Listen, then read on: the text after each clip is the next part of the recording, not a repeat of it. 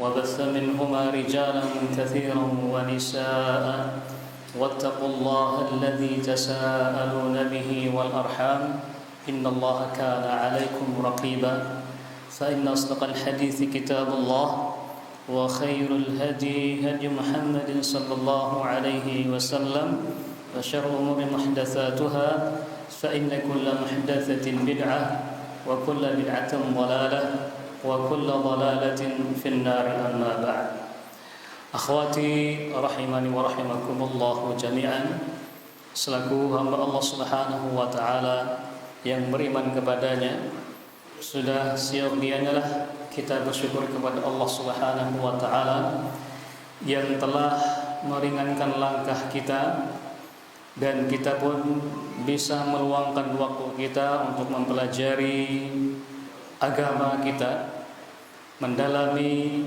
firman Allah Subhanahu wa taala, mempelajari sunnah Nabi kita Muhammad sallallahu alaihi wasallam.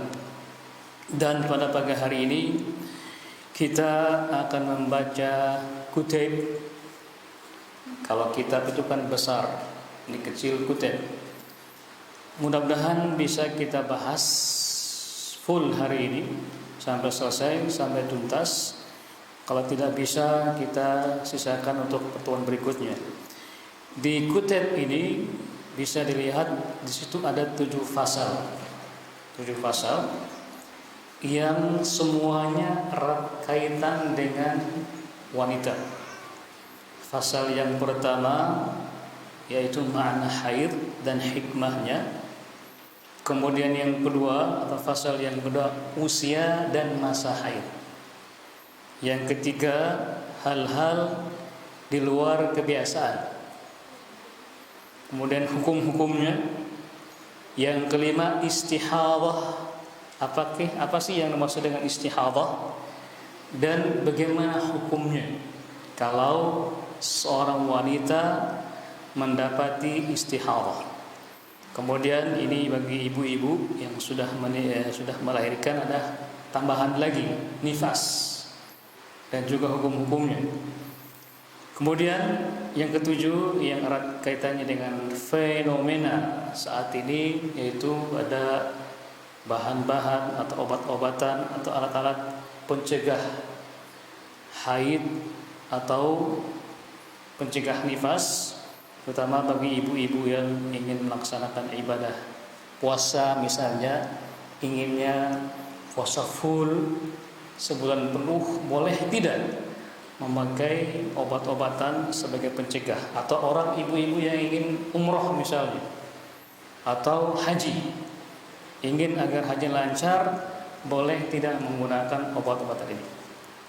Mudah-mudahan kita bisa pelajari semua pasal ini.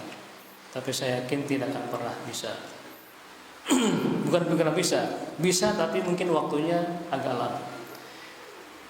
Akhwati rahimani wa rahimakumullah jami'an. Islam datang dengan keistimewaannya, yaitu di antara keistimewaan wanita, yaitu keistimewaan Islam memuliakan wanita. Kata-kata lihat sejarah di masa-masa jahiliyah misalnya, di mana wanita itu sangat-sangat dihinakan. Di masa jahiliyah, seorang wanita ketika dia sedang haid, dia diasingkan dari keluarganya. Di masa-masa jahiliyah itu, dahulu di masa-masa jahiliyah, wanita ketika dia sedang haid, dia diasingkan dari keluarganya, dari suaminya, dari saudaranya, ditempatkan di tempat khusus.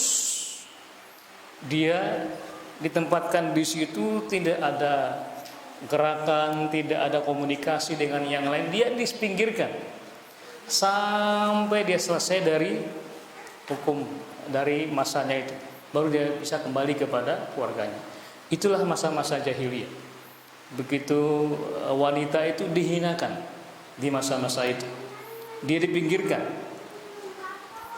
Dan ketika Islam datang, Islam memuliakan wanita. Dari pakaiannya, kemudian cara bercaranya, bergaulnya, semuanya Islam memberikan porsi khusus kepada wanita. Makanya dalam Al-Quran Allah juga memberikan porsi khusus kepada wanita.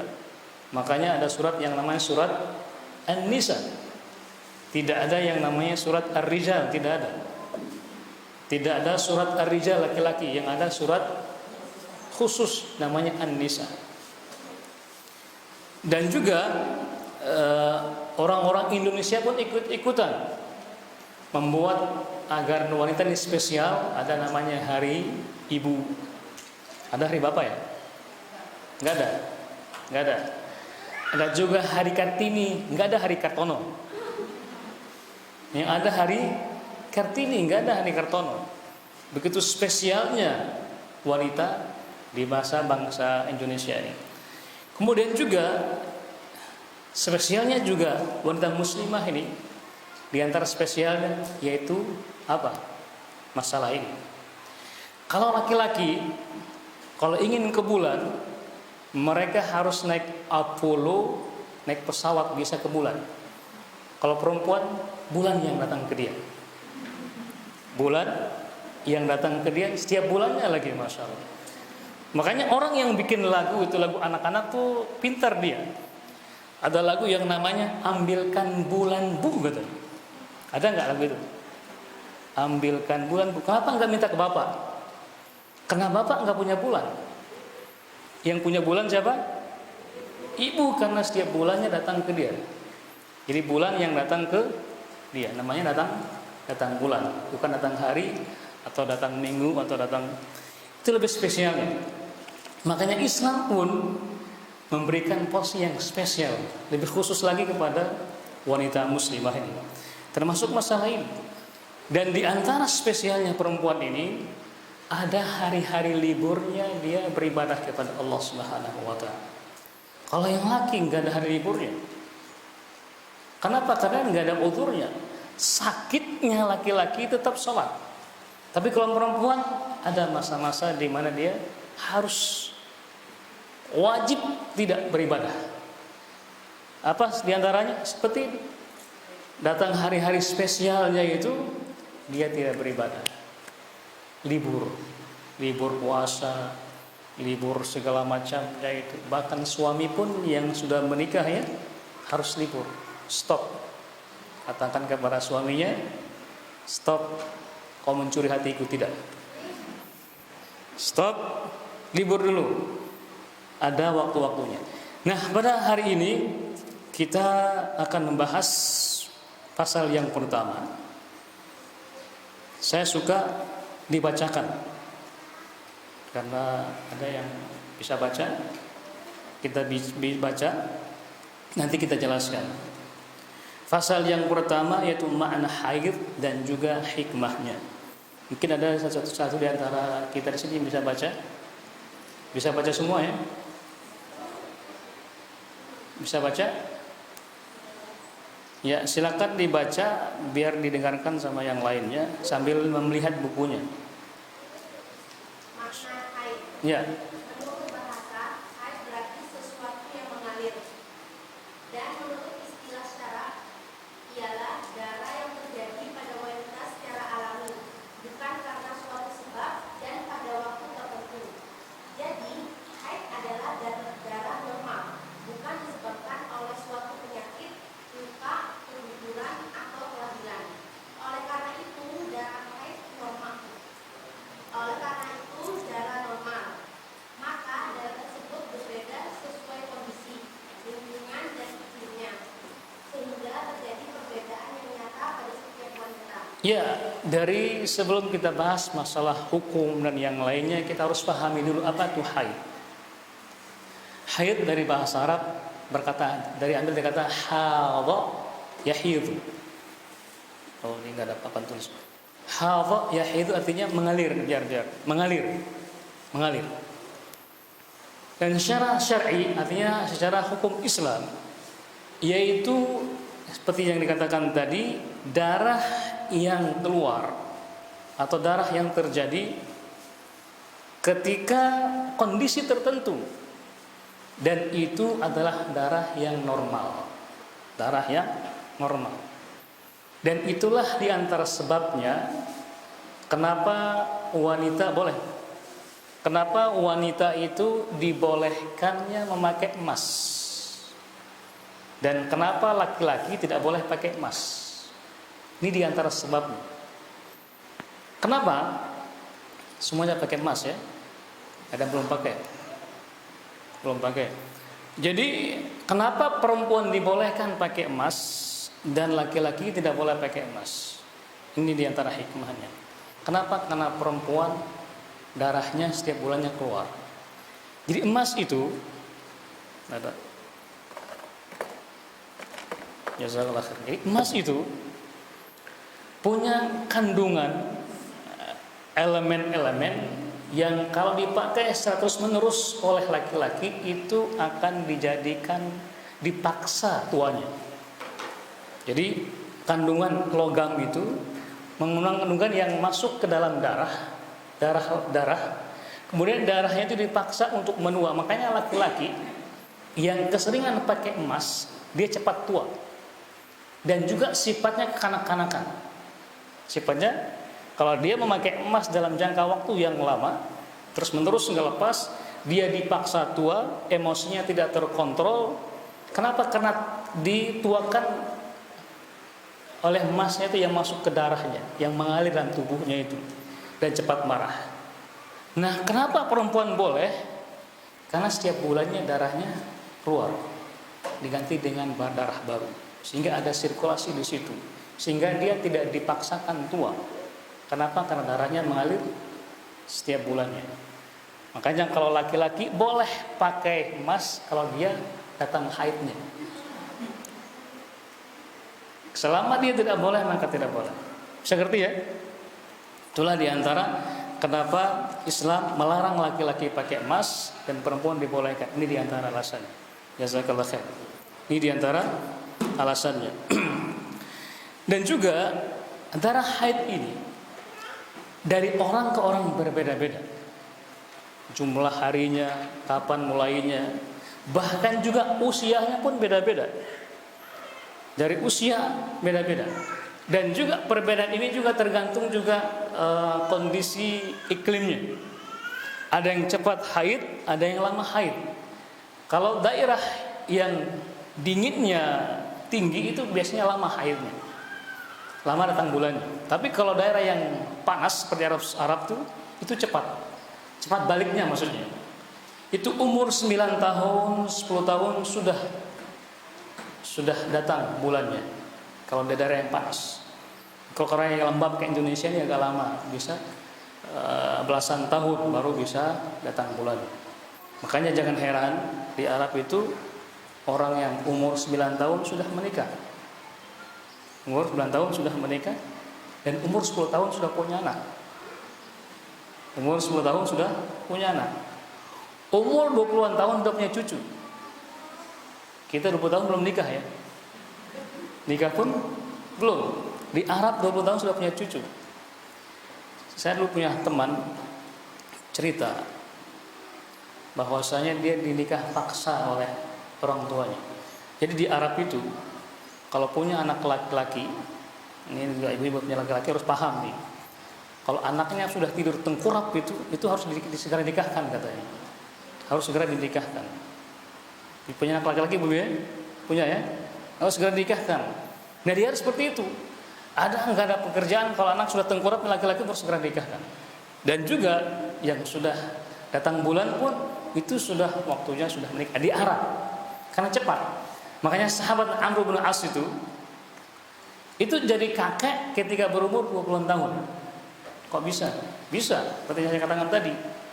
Umur 9 tahun sudah balik, kemudian menikah, kemudian umur 10 tahun kan punya anak, ya kan? Punya anak. Nah, ketika umur anaknya berumur 9 tahun, anaknya berarti bapaknya berumur berapa tahun? 19 tahun. Anaknya kawin, punya anak, berarti ini umur 20-an tahun, 20 tahun sudah punya cucu. Ini baru punya anak. Di Indonesia 20-an tahun anak pun belum, nikah pun belum. Kenapa tadi? Perbedaan kondisi, lingkungan, iklim itu yang menjadikan perempuan itu berbeda-beda.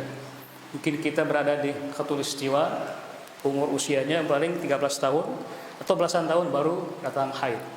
Di Arab, di tempat-tempat yang panas itu, di bawah itu. Bahkan Aisyah radhiyallahu anha, Nabi menikahinya di umur 6 tahun. Kemudian berhubungannya di umur 9 tahun ketika sudah petang bulan.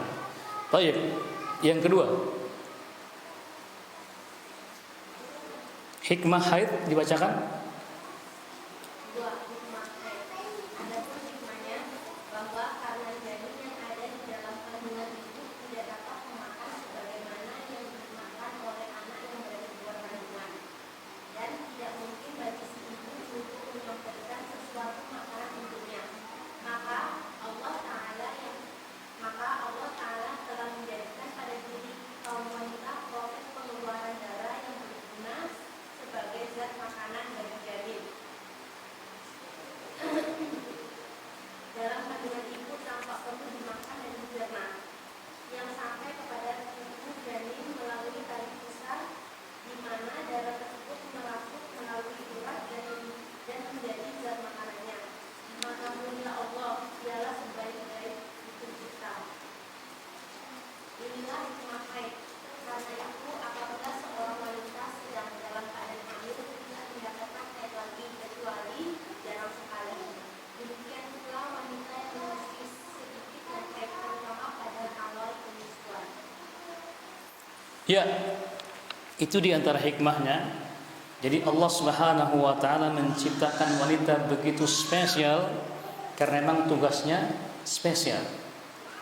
Tugasnya spesial.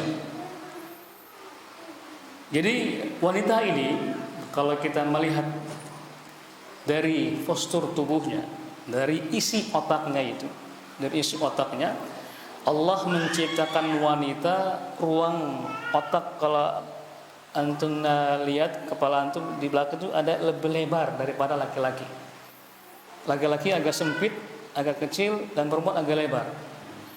Nah, otaknya perempuan ini itu harus berbicara, bisa pelong kepalanya itu kalau dia sudah mengeluarkan sehari itu 20.000 kata. Makanya jangan heran perempuan tuh cerewet-cerewet, wajar. Perempuan tuh cerewet, wajar. Yang nggak wajar itu perempuan yang nggak cerewet itu nggak wajar. Nah, makanya suami itu harus bisa memahami kondisi ini. Jadi suami harus memahami kondisi wanita ini yang otaknya agak lebar. Perempuan atau ibu-ibu kalau dia tidak berkata sehari itu pusing dia. Harus berkata, harus ngomel. Dan cerewetnya bagus, cerewetnya untuk anak-anaknya. Dan ibu-ibu nih kalau ngobrol, kalau cerewet itu nyambung. Pagi ngobrol, siang ngobrol, malam ngobrol. Bak sinetron. Seperti sinetron yang menyambung terus. Nyambung terus. Makanya laki-laki beda lagi. Paling cerewetnya laki-laki itu hanya mengeluarkan 7.000 kata per hari. Dibandingkan berapa perempuan? 20.000 kata. Jadi ibu juga harus memahami kondisi suaminya. Kalau ibu SMS atau WA panjang lebar, dijawab oke, sip, itu laki-laki banget itu. Itulah laki-laki. Oke, sip, itu laki-laki. Ini bayangkan ibu-ibunya sudah panjang lebar mengatakan demikian, hanya dijawab sip, oke. Nah, awas.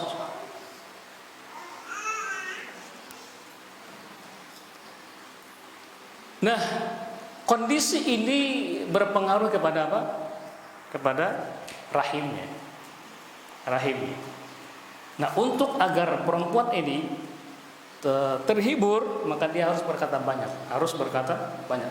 Kenapa? Kita lihat kondisi perempuan ketika dia sedang haid. Pertama, dia sakit perut. Betul tidak? Ya. Sakit perut. Terkadang juga pegal-pegal di punggungnya. Betul ya? Dan terkadang juga mulesnya. Nah, kalau dia tidak cerewet, nggak bakal sembuh itu. Artinya nggak bisa mengurangi sakitnya. Makanya harus cerewet. Rewel, ngobrol, ngalor ngidul kalau Jawanya itu. Pelaung kalau bahasa Mapinnya. Bahasa alasnya apa? Sama ya? Sama, pelaung juga. Jadi itu mengimbangi. Dan jadi hikmahnya itu Allah menciptakan perempuan seperti itu karena apa? Karena nanti ketika dia sudah menikah, dia punya anak, darahnya itu sebagai gizi buat janinnya. Ketika kosong dibuang dengan darah haid tadi. Namun ketika ada anaknya, maka anaknya itu mendapat gizi nutrisi dari darah haid tersebut. Makanya orang yang hamil tidak haid. Dan di antara hikmah kenapa wanita ketika ingin menikah dari suaminya yang meninggal dunia misalnya, atau yang sudah cerai, menikah lagi harus ditunggu 3 kali bersih. 3 kali bersih. Kalau yang sudah meninggal suaminya 4 bulan 10 hari. Kalau yang cerai hidup berapa kali bersih? 3 kali, baru boleh menikah lagi. Apa tujuannya? Menjaga kebersihan rahimnya agar tidak bercampur dengan yang lainnya. Jadi itu diantara hikmah kenapa, atau kita tidak mengatakan kenapa perempuan kok haid, tapi pertanyaannya adalah apa hikmah dibalik Allah menciptakan wanita yang sangat-sangat spesial ini. Jadi di mata Islam wanita itu sangat spesial, orang-orang yang spesial. Makanya jadilah wanita yang spesial juga. Jangan kalah sama martabak. Martabak kan yang spesial kan? Jadilah wanita yang spesial. Jangan kalah dengan martabak. Baik, kita masuk ke pasal yang kedua. Silakan dibacakan lagi. Pasal 2. Usia dan masa haid. 1. Usia haid. Usia haid biasanya antara 12 sampai dengan 20 tahun. Dan kemungkinan seorang wanita sudah mendapatkan haid sebelum usia 12 tahun atau masih mendapatkan haid sesudah usia 50 tahun. Itu semua tergantung pada kondisi, lingkungan, dan iklim yang mempengaruhinya. Ya, kalau kita bicara masalah usia haid, maka seperti yang saya katakan tadi, kita bacakan tadi, tergantung dari iklimnya. Apakah iklimnya itu panas, jadas, atau dingin lembab. Dan juga rata-rata usia haid itu dari umur ini yang normal ya, 12 tahun sampai 50 tahun. 12 tahun sampai 50 tahun usia haid. Dan juga kemungkinan juga perempuan tuh ada yang sebelumnya, tergantung kondisinya. Bahkan ada yang bisa juga melebihi dari 50 tahun, tergantung juga kondisinya. Kita lihat Ibrahim alaihissalam. Tunggu. Nabi Ibrahim alaihissalam ketika mendapatkan anak ketika umur berapa? Di atas 80-an tahun. Di atas 80-an tahun. Artinya wanita yang umur di atas 50 tahun itu juga bisa melahirkan. Tergantung kondisinya. Tergantung juga kondisinya. Kalau kita melihat usia Nabi Shallallahu Alaihi Wasallam ketika menikah dengan Khadijah radhiyallahu anha, Nabi usianya masih 25 tahun. Khadijah usianya berapa? 40-an tahun. 40-an tahun ke atas. Khadijah menikah dengan Nabi sallallahu alaihi wasallam. Artinya masih normal. Masih, makanya Rasulullah SAW dapat anak dari Khadijah ada 6 perempuan semuanya. Baik, lanjut lagi.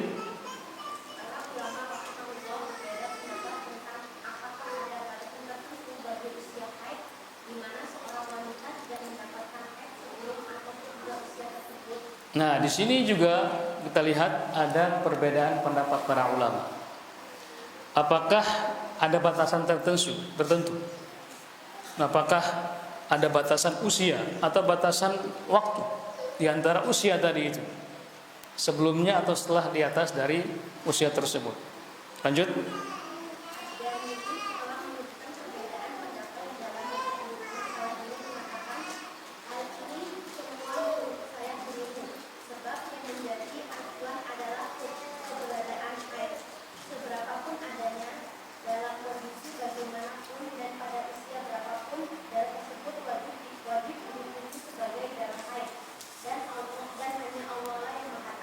Ya, jadi pendapat Imam Ad-Darimi rahimahullahu taala ini mengenai berapa lamakah perempuan itu haid.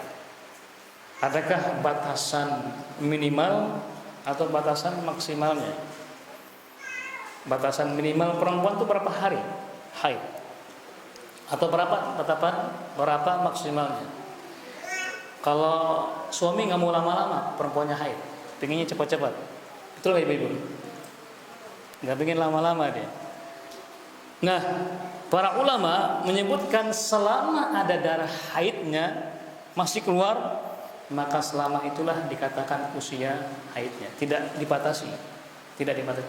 Itu nanti kita bahas tergantung kebiasaannya dia.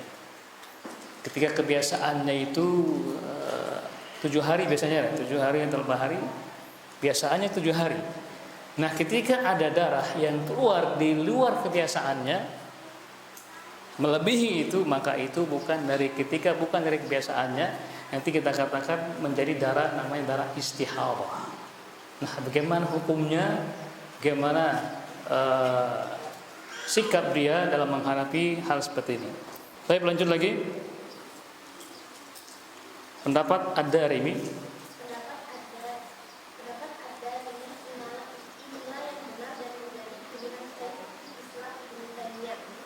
Jadi kapanpun seorang wanita mendapatkan darah haid berarti dia haid, meskipun usianya belum mencapai 9 tahun atau di atas 50 tahun. Sebab Allah dan Rasulnya mengaitkan hukum-hukum haid pada keberadaan darah tersebut, serta tidak memberikan batasan usia tertentu. Maka dalam masalah ini wajib mengacu kepada keberadaan haid yang telah dijadikan sandaran hukum. Adapun pembatasan padahal tidak ada satupun dalil menunjukkan hal tersebut. Ya, jadi ketika ada seorang wanita, kalau kita katakan tadi menurut normalnya umum itu antara 12 tahun sampai 50 tahun orang tua haid. Tapi ketika ada wanita yang di bawah 9 tahun juga sudah datang haid, maka itulah tidak harus menunggu, oh dia masih kecil, masih umurnya. Tidak, ketika darah haid itu ada, maka selama itu juga dikatakan darah haid. Sama juga ketika misalnya kita mengatakan maksimalnya usia itu 50 tahun, 50-an tahun sudah, habis itu nggak ada sudah. Walaupun ada itu bukan darah haid, tidak. Selama darah itu masih ada, walaupun di atas 50-an tahun, maka itu masih dikatakan darah haid. Jadi tidak ada pembatasan. Kenapa? Tidak ada satupun dalil yang menjelaskan membatasi usianya sekian, maksimal sekian, tidak ada dalil. Itu dikembalikan kepada uruf. Atau uruf, kebiasaan wanita setempat itu bagaimana dan berapa usianya maksimalnya. Kalau di Indonesia ini berapa usianya? Ibu-ibu yang sudah menopause itu berapa? Ada yang tahu berapa? 60-an tahun. Ya berarti kita kembali kepada uruf pengetahuan dari sekitar berapa maksimal. Kalau mulainya kira-kira umur berapa? Di Indonesia ini umur berapa? 12 tahun ya. Berarti SD atau SMP kelas 1. Maka dikembalikan.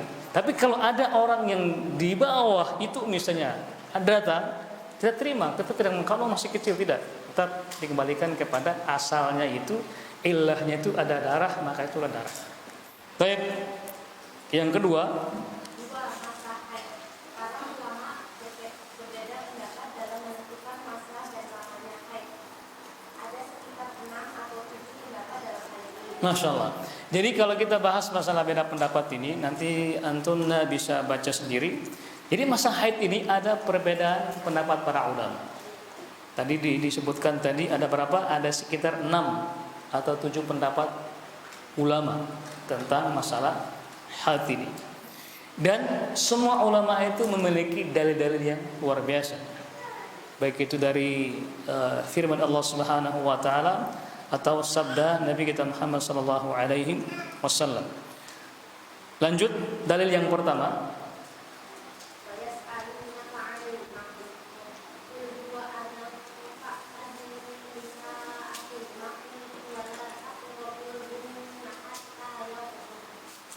Mereka bertanya kepadamu tentang haid. Katakanlah, haid itu adalah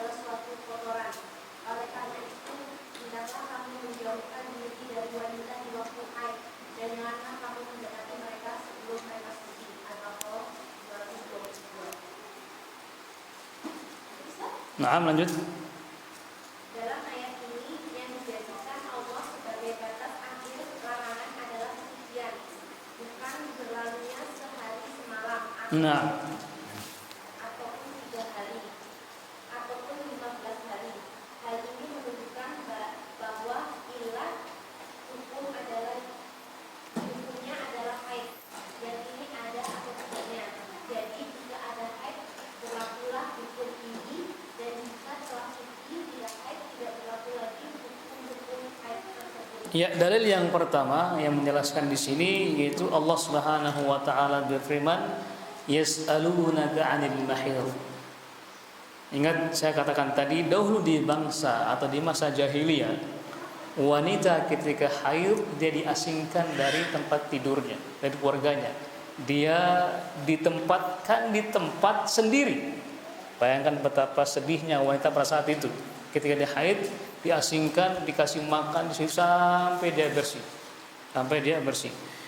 Nah, alasan di sini bukan karena berapa harinya. Bukan karena berapa harinya, tapi ada atau tidak darah itu. Selama darahnya masih ada, maka selama itu pula hukum haid berlaku. Kemudian walaupun tidak sampai harinya misalnya, ternyata darahnya sudah berhenti. Nah, maka ketika sudah tidak ada darahnya, maka hukum haid juga sudah berhenti. Jadi apa ilahnya, apa alasannya? Alasannya itu ketika ada atau tidak darah. Ketika ada darah maka berlaku hukum. Ketika tidak ada maka tidak berlaku hukum. Jangan patokan kepada jumlah hari, tetapi patokan kepada ilahnya tadi. Yang kedua,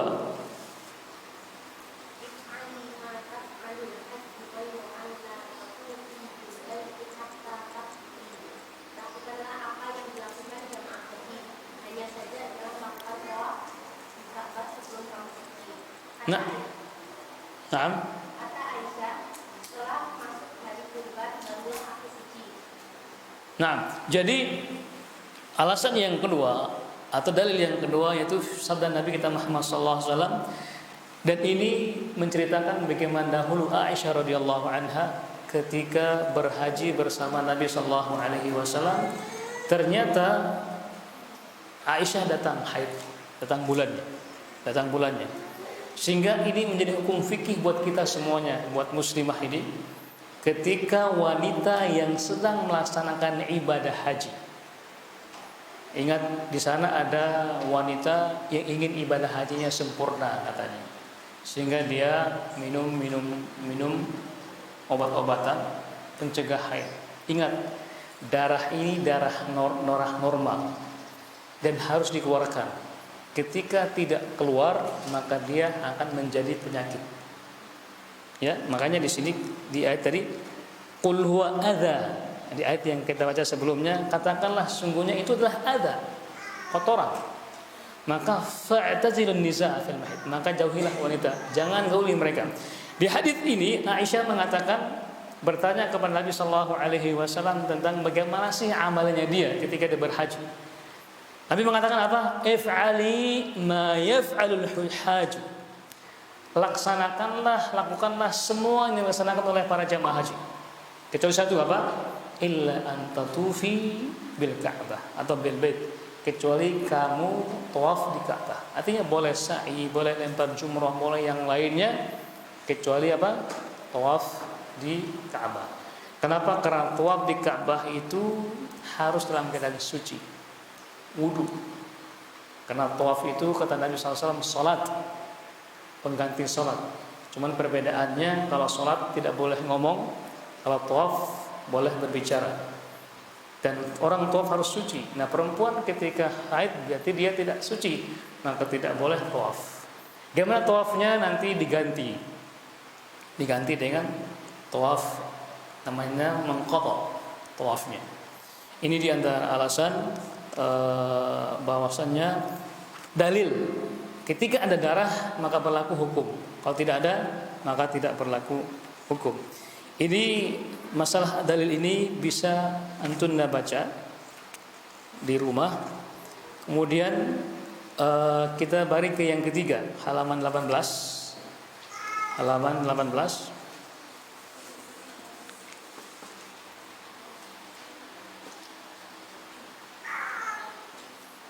Jadi di situ ada haid wanita hamil. Ini kondisional ya. Karena kalau orang hamil itu tidak haid, atau orang yang haid tidak hamil. Tapi ketika ada seorang wanita haid dan hamil, jadi kondisinya dua, dia haid dan juga hamil. Kenapa? Kan hukumnya beda. Orang yang hamil kan boleh sholat, ya, boleh melaksanakan yang lain. Tapi ketika orang haid nggak boleh sholat. Tapi di dua kondisi gabung jadi satu. Gabung jadi satu. Dan juga hukumnya ketika ada orang yang haid, hamil, ada nifas di situ kan beda-beda hukumnya. Di mana bedanya? Kalau orang yang haid, dia tidak ada kewajiban mengganti sholatnya, hanya berkewajiban mengganti puasa. Bisa ngerti ya? Wanita yang sedang haid atau nifas, dia tidak punya kewajiban mengganti puasanya. Kata kok ketika dia di hari puasa Ramadan itu dia tidak bisa puasa karena haid, maka dia tidak kewajiban mengganti puasanya.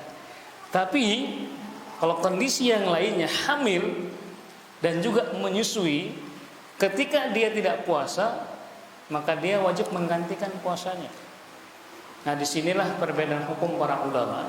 Nih ibu-ibu yang biasanya tidak ketemu waktu untuk berpuasa. Kenapa? Tahun ini hamil, ya. Tahun berikutnya menyusui. Ramadan berikutnya hamil lagi misalnya. Tahun berikutnya menyusui. Terus kapan saya puasa katanya? Kapan puasanya? Nggak punya waktu untuk berpuasa. Jadi masya Allah sangat suburnya wanita tadi. Hamil menyusui, hamil menyusui, masya Allah. Selama haid hidupnya mengandung anak terus, masya Allah. Terus suaminya harus kuat, ibunya harus luar biasa ya. Terus kapan puasanya? Maka kata para ulama, pendapat yang paling kuat itu adalah cukup dengan membayar fidyah, kasih makan. Nanti kita akan bahas lebih detailnya. Lanjut ya, baca yang ketiga, haid. Haid wanita hamil.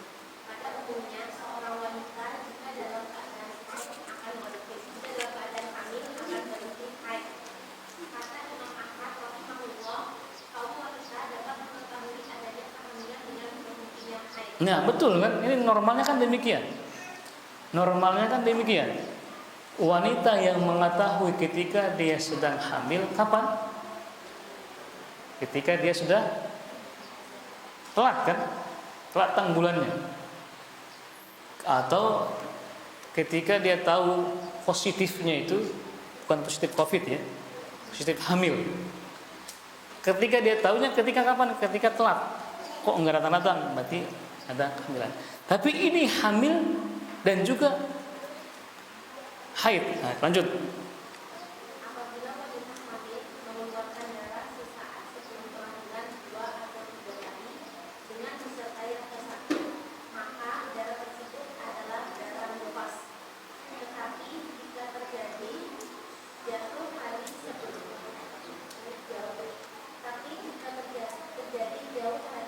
kelahiran atau mendekati kelahiran tanpa disertai rasa sakit, maka darah itu bukan darah nifas. Jika bukan, apakah itu termasuk darah haid yang berlaku pula baginya hukum haid atau disebut darah kotor yang hukumnya tidak seperti hukum haid? Apakah perbedaan pendapat di antara para ulama dalam masalah ini? Baik, jadi sebelum kita lanjut lagi, kita harus paham dulu. Ada dua kondisi ya.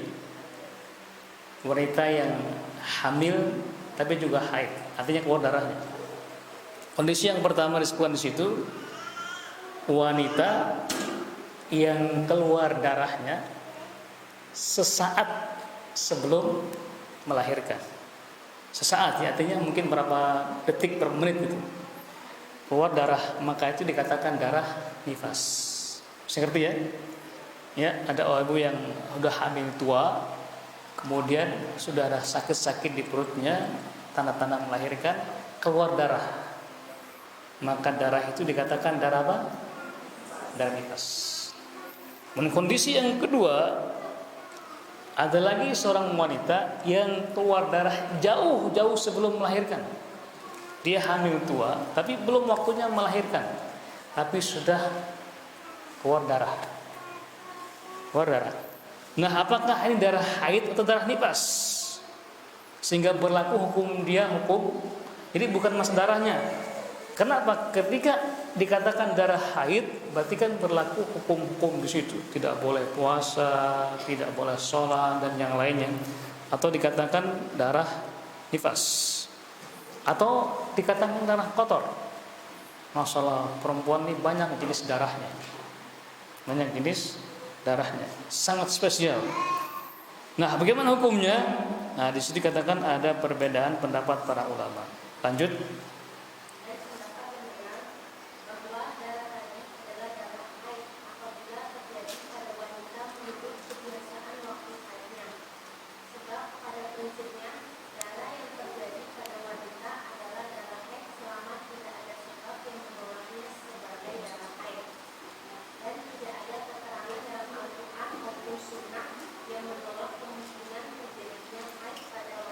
Nah, jadi apa sih hukumnya tadi perempuan ketika sudah hamil, kemudian jauh dari hari sebelum dia melahirkan ada keluar darah.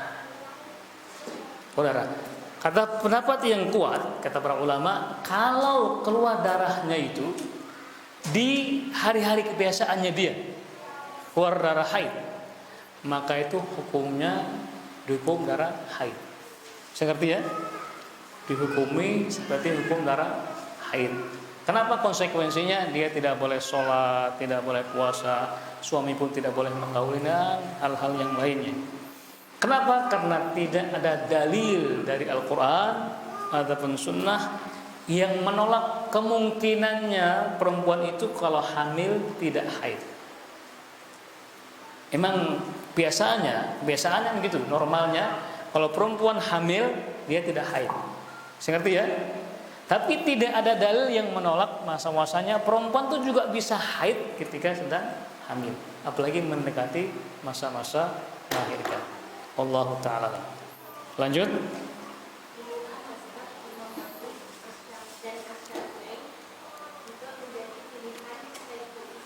Ya. Lanjut ke dengan demikian.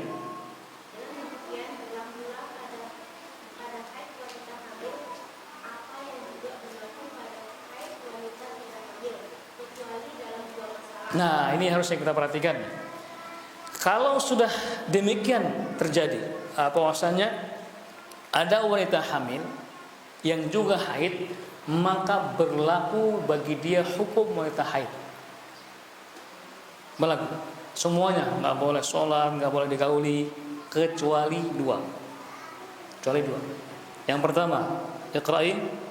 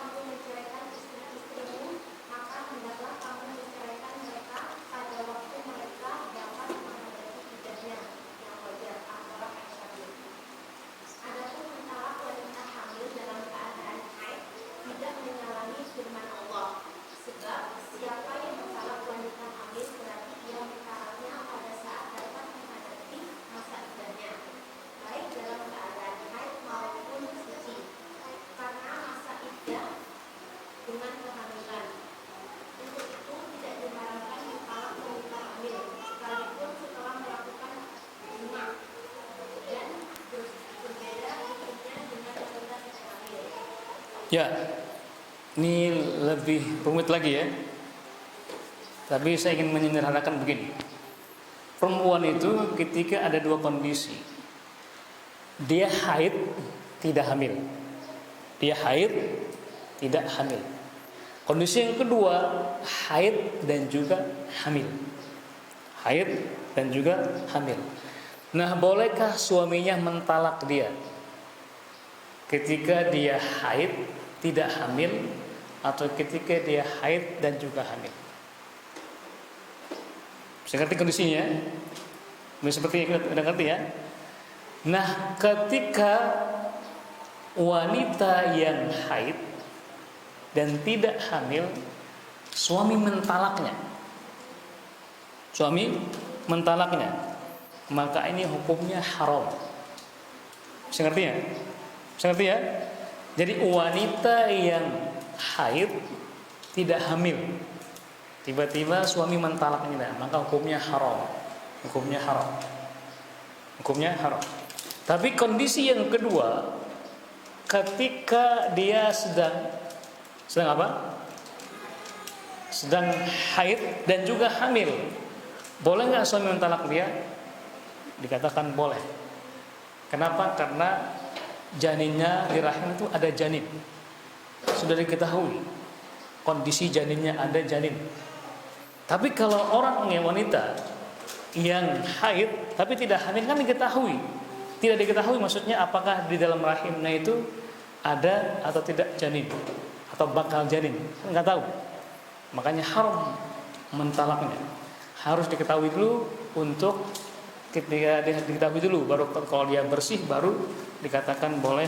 Makanya kata Nabi SAW, ayat Allah berfirman, "Idza talaqtumun nisa fatalliquhunna li'iddatihinna." Apabila kamu menceraikan istri-istrimu, maka hendaklah kamu ceraikan mereka pada waktu mereka dapat menghadapi iddahnya. Hal yang wajar, artinya ketika mereka bersih, bukan ketika sedang haid. Lanjut yang kedua, iddah.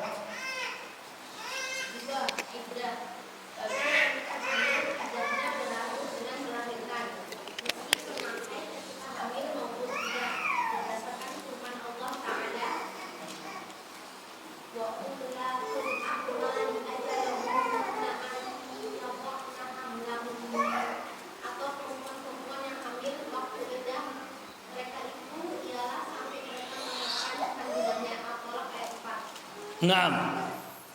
Iddah, apa itu iddah? Ada yang tahu apa itu iddah? Masa iddah. Ada yang tahu nggak? Masa menunggu. Masa menunggu. Jadi kalau wanita yang meninggal suaminya, masa iddahnya berapa? 4 bulan 10 hari. Maksudnya masa iddah ini di mana seorang wanita tidak boleh bersolek, tidak boleh mencaci dirinya, tidak boleh memeni pinangan orang lain sampai masa iddahnya habis. Kalau orang yang sudah meninggal suaminya, ditinggal meninggal suaminya, masa iddahnya 4 bulan 10 hari. Kalau cerai mati tidak hamil, cerai mati tidak hamil. Tahu maksudnya ya? Ada orang yang cerai hidup maksudnya, cerai hidup. Bisa paham nggak maksudnya? Ini yang masih garis-garis belum paham masa cerai ya. Jadi ada namanya iddah namanya.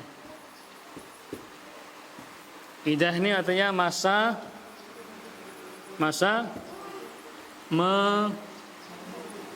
menunggu. Menunggu ini bukan lagu ya, bukan lagu. Yang pertama, yang ditinggal mati. Yang kedua, cerai. Cerai apa? Cerai hidup. Nah, kalau yang tinggal mati ini ada dua kondisi. Kalau dia hamil, atau tidak hamil. Bisa baca tulisannya? Saya. Di sini juga ada dua kondisi. Ada hamil, ada tidak hamil.